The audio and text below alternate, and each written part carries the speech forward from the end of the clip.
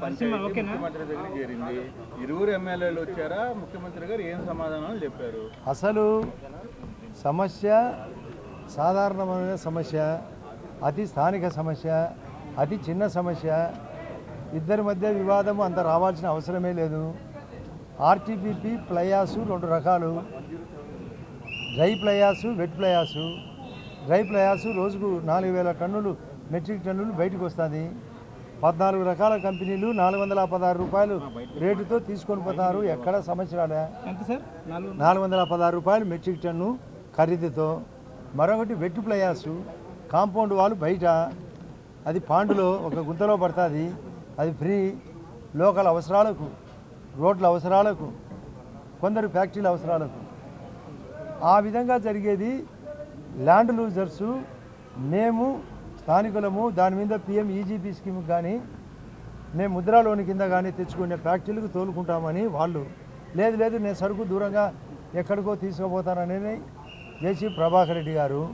దానికి ఒక పెద్ద బహిరంగ లేఖ, శాంతాడంతా లేఖ. సీఎం గారు పిలిస్తే రాలేదు. వస్తే ఆర్గ్యుమెంట్ జరుగుతుంది. ముఖ్యమంత్రి గారికి సవివరంగా నేను మా భూపేశ్ రెడ్డి ఎక్స్ప్లెయిన్ చేసినాం. మీకు చెప్పేదంతా అక్కడ చెప్పినాం. దర్శనకు ఆయనకు వదిలిపెట్టినాం. ఆయన 4వసారి ముఖ్యమంత్రి. ఎన్డీఏ ప్రభుత్వం ఉంది. నేను బీజేపీ ఎమ్మెల్యే క్యాండిడేట్గా గెలిచినామని, గతంలో 3 సార్లు గెలిచినోని నాకు పూర్తి అవగాహన ఉంది. ఆయనకు లెటర్ రాసిన వాడు రావాలి కదా, పిలిస్తే స్వయంగా రాలేదు. ఆ విషయం చెప్పినాం. ఆయన ఫోన్లో మాట్లాడతాడా, మరొకటి మాట్లాడతాడా, జిల్లా అడ్మినిస్ట్రేషన్తో కూడా కనుక్కోవచ్చు. మీకు అందరి ఛానల్ వాళ్ళు ఎంక్వైరీ చేయొచ్చు ఏం జరిగేది, నిజానిజాలు ఏందని. అక్కడ మీ స్థానిక ఛానల్స్ ఉంటాయి. ఫ్లైయాస్ అంటే ఏంది, డ్రైయాస్, వెట్ డ్రైయాస్ ఏంది, డ్రై ప్లయాస్ ఏంది అని తెలుసుకోవచ్చు. ఇది ఖరీదు కాంది, స్థానిక అవసరాలకే సరిపడంలే. ఉద్యోగ ఉపాధి అవకాశాలు వాళ్ళకు ఉంది. మా స్థానికులము మేము ల్యాండ్ లూజర్స్ అని హైకోర్టు కూడా పోయినారు. హైకోర్టులో కూడా మళ్ళీ 5వ తేదీకి వాయిదా పడింది. అవకాశం వాళ్ళకి కలిగేయాలా. ఉద్యోగం అంటే డైరెక్ట్ జాబు. దాదాపు 300 మందికి ఇంకా ఉద్యోగ అవకాశాలు పెండింగ్ ఉన్నాయి. వాళ్ళు కోర్టుకు పోయినారు. అదే కాకుండా ఇది ఉపాధి, ఇది ట్రాన్స్పోర్ట్ ఉపాధి. ప్లస్ దాన్ని అడ్డపెట్టి ప్లయాస్ బ్రిక్స్ తయారు చేసుకోవచ్చు. మాకే అవసరం ఉంటే అందులో అది వాటర్ ఉంటుంది. వాటర్తో అంత దూరం తీసుకుపోతే రోడ్లు కూడా పాడవుతున్నాయి. దాంట్లో భాగంగా మేము కొంత సప్లై చేసుకుంటామని వాళ్ళు అడుగుతారు. వాళ్ళకు సపోర్ట్గా నిలబడాల్సిన అవసరం స్థానిక ఎమ్మెల్యేగా నాకుంది, ప్రభుత్వానికి కూడా ఉంది.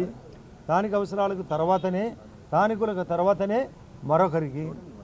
కాబట్టి దీన్ని దృష్టిలో పెట్టుకొని అంతా సామరస్యంగా సీఎం గారికి సౌకర్యంగా 10 నిమిషాలు చర్చ జరిగింది, చెప్పినాం. ఆయనకు డెసిషన్ వదిలిపెట్టాం. ఒకరే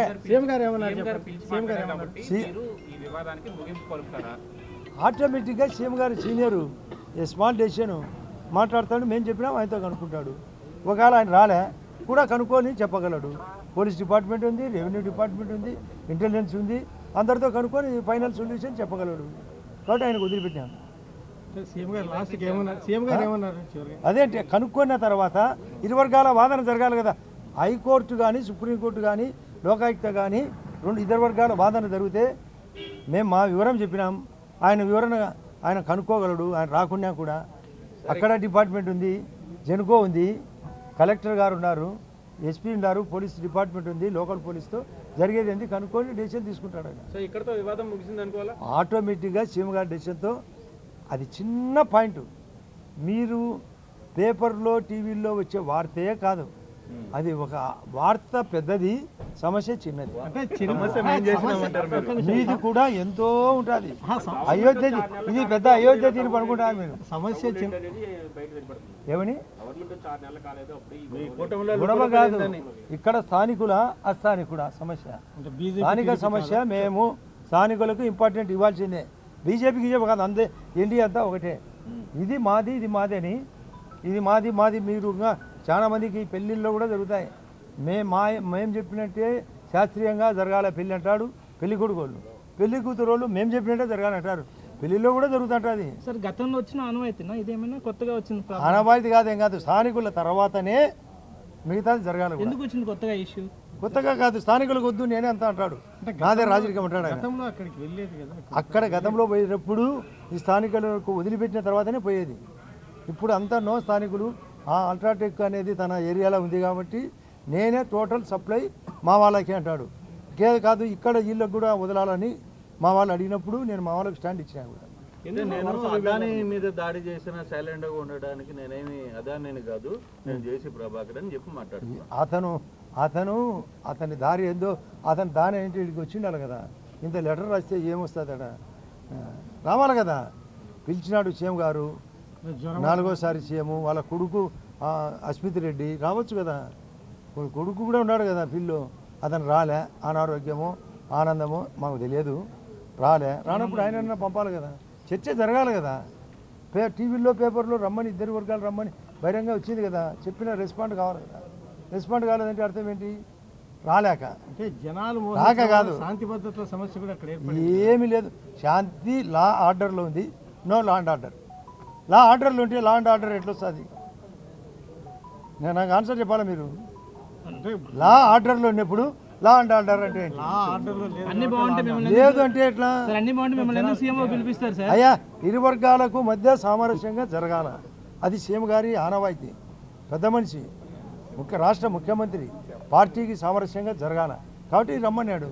కాదు, ఆయన ఏమంటున్నానంటే నేను పార్టీ కష్టకాలంలో నేను పార్టీలో ఉన్నాను, ఆయన పార్టీని వదిలేసి బీజేపీలోకి వెళ్ళిపోయిన వ్యక్తి, ఆయన మాట వింటాడా నా మాట వింటాడా అనేది ఆయన వాదన. బీజేపీలో ఒక తోడు బీజేపీ పార్టీ ఎన్డీఏ కూటమి.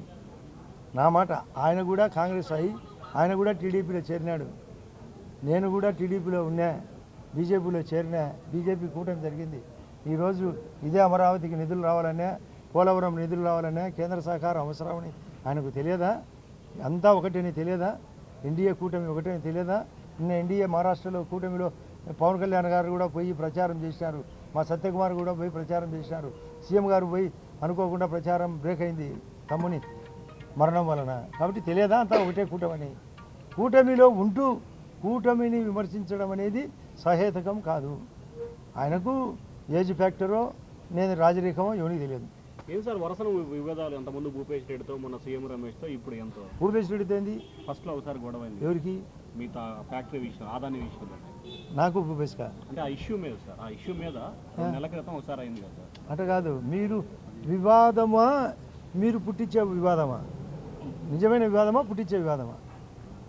వాదమా వివాదమా? వివాదాలకి ఎందుకు ఆదినారాయణ రెడ్డి కేంద్రీకృతం?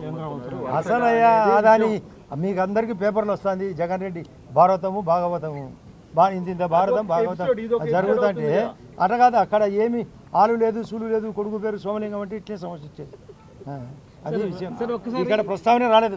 సీఎం రమేష్తో సమస్య పరిష్కారం అది ఆటోమేటిక్గా అక్కడ స్టార్టే కాకుంటే, ఆడ ఏమీ లేకుంటే, అసలు ప్రేమే లేకుంటే గర్భవతి అన్నట్టుంది. సార్ ఇష్యూ ఏంటి ఒకసారి చెప్పరా? జేసీ సార్ ఈ ఫ్లై యాష్ది ఒక్కసారి ఇష్యూ ఏంటో చెప్పరా? మీకు 4,000 టన్నుల 4,000 టన్నులు వెట్టు ప్లయాసు అంటే తడి ప్లయాసు, 4,000 టన్నులు డ్రై ప్లయాసు. డ్రై ప్లయాసును 416 రూపాయలు మెట్రిక్ టన్నుతో రోజు వివిధ ఫ్యాక్టరీలు కొంటున్నారు. ఇది ఫ్రీగా పోయేది, ఇది స్థానిక అవసరం తర్వాతనే. ఈ వెట్టు ప్రయాసు స్థానిక అవసరాలకు. ఆయన ఇదంతా నేను సార్ రోజు వంతాడు సరుకు మా ప్లాంట్కి తోలుకుంటాడు అంటాడు. అది కానిపోయింది కదా, ఆదాయం కోసం కూడా చేస్తున్నాడు. అది ఆదాయం కాదు, అతనికి అక్కడ వాళ్ళ మధ్య సామరస్యమో మరొకటో అది ఆయన అడగాలి. ఆయన అడగాల్సిన ప్రశ్నలు అని అడిగితే ఎట్లా ఉండొచ్చు? మీకు ఐడియా ఇప్పుడు నాకంటే మీరు దాని కదా, నా 4th పిల్లర్ కదా, మీరు కనుక్కోవచ్చు కదా. నేను మిమ్మల్ని అందరినీ అడుగుతాడా, మాకు కొన్ని సలహాలు చెప్పండి, నేను మిమ్మల్ని ప్రశ్నలు అడిగితే చెప్తారా అంట? మాకు లేదా ఎక్కువ ప్రశ్నలు అడిగాకు. జగన్ ప్రెస్ మీట్ పెట్టాడు కదా, ఏమని? విద్యుత్ దాని మీద ఒకటి చెప్తా చూడండి. ఇది అది అసెంబ్లీ కదా, అసెంబ్లీ ఇది సెక్రటేరియట్ కదా, ఈయన నడిపినాడు కదా, ఇదే కూర్చొని ఈడ అమరావతి వద్దన్నాడు, ఇదే సెక్రటేరియట్లో కూర్చొని, ఇదే అసెంబ్లీలో కూర్చొని అవసరానికి వాడుకున్నాడు. ఆయన ఇష్టం వచ్చినట్టు మాట్లాడతాడు. మొన్న సభలో చెప్పిన వర్క్ అట్ హోమ్ అనేది, work from home, work at home ఉంది. జగన్ రెడ్డి అక్కడ జరగాలనా, అక్కడ అసెంబ్లీకి రావాలా, వర్క్ అట్ హోమ్ చేయాలన్నా? వర్క్ అట్ హోమ్ రోజు ఏదో ఒకటి చెప్తుంటాడు. మన చాలామంది వర్క్ అట్ హోమ్ చేస్తుంటారు. Jagan Reddy work at home, work from home. ఆ ప్రశ్నలకు ఏం సమాధానం ఉండదు. ఆయన అంతా 24 క్యారెట్స్ కోహినూరు వజ్రం కూడా ఆయన కంటే గొప్పదన్నట్టు చెప్పుకుంటున్నాడు. అందుకే 11 సీట్లు వచ్చినాయి. ఆ 11 లేకుండా వచ్చిన బాధ్యత మాకు ఎన్డీఏ కూటమికి ఉంది. అదే జరుగుతుంది కూడా. సార్ ఆయన పేరు లేదు అంటున్నాడు. పేరు ఉంది చీఫ్ మినిస్టర్ ఆఫ్ ఆంధ్రప్రదేశ్ అని ఉంది. ఏంటి సార్ మరి? పేరు చీఫ్ మినిస్టర్ ఆఫ్ ఆంధ్రప్రదేశ్ అంటే ఆయన జగన్మోహన్ రెడ్డి కాదేమో, ఏమన్నా ఆయన భారతీయ రాజ్యాంగం కాబట్టి ఆయన ఏమన్నా నడిపిందేమో మాకు తెలియదు. ఆయన ఏమన్నా మంత్రాలు జరిపిందేమో. అంటే బీజేపీ పార్లమెంట్లో ఎందుకు దీని మీద చర్చ జరగకుండా అడ్డుకుంటా ఉంది? చర్చ జరగడము అనేది బీజేపీ పార్టీకి ఇది ఒకటే అంశము. ఈరోజు మమతా బెనర్జీ కూడా రైజ్ చేసింది. రోజు కాంగ్రెస్ పార్టీలో ఉంటే ఇట్లా చేస్తే మేము ఆ కూటమి నుంచి తప్పుకుంటామని. చర్చలో ఒక పాయింట్, ఇదే పాయింట్ కావాలంటే వన్ ఆఫ్ ది పాయింట్గా మా వాళ్ళు ఒప్పుకుంటారు. ఓన్లీ వన్ పాయింట్ అని వాళ్ళు, వన్ ఆఫ్ ది పాయింట్ అని మా బీజేపీ. అంటే వ్యాపారానికి సంబంధించి దేశవ్యాప్తంగా ఇది ఒక దేశానికి చెడ్డ పేరు వచ్చిందంటున్నారు.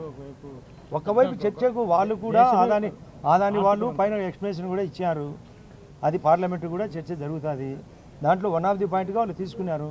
ఓన్లీ వన్ పాయింట్ అంటే ఎవరు ఒప్పుకోరు. మోడీ ఎందుకు భయపడుతున్నాడు? మోడీ భయపడతాడు. మోడీ ప్రపంచంలోనే విశ్వగురు. మోడీ ఎవరికి భయపడడు. మోడీ 5వ స్థానము 3వ స్థానం తీసుకొస్తాడు. ఈ దేశానికి ప్రధానమంత్రిగా ఉక్రెయిన్ వారికి కూడా సబ్జెక్టు సరిపోతుంది. మీరు అడిగే ప్రశ్నకు ఆడుకోపోతారు పార్లమెంటుకు. ఎట్లా ఉందా లండన్? లెబనాన్ అడగలేక నువ్వు లెబనాన్ అడగలేదు.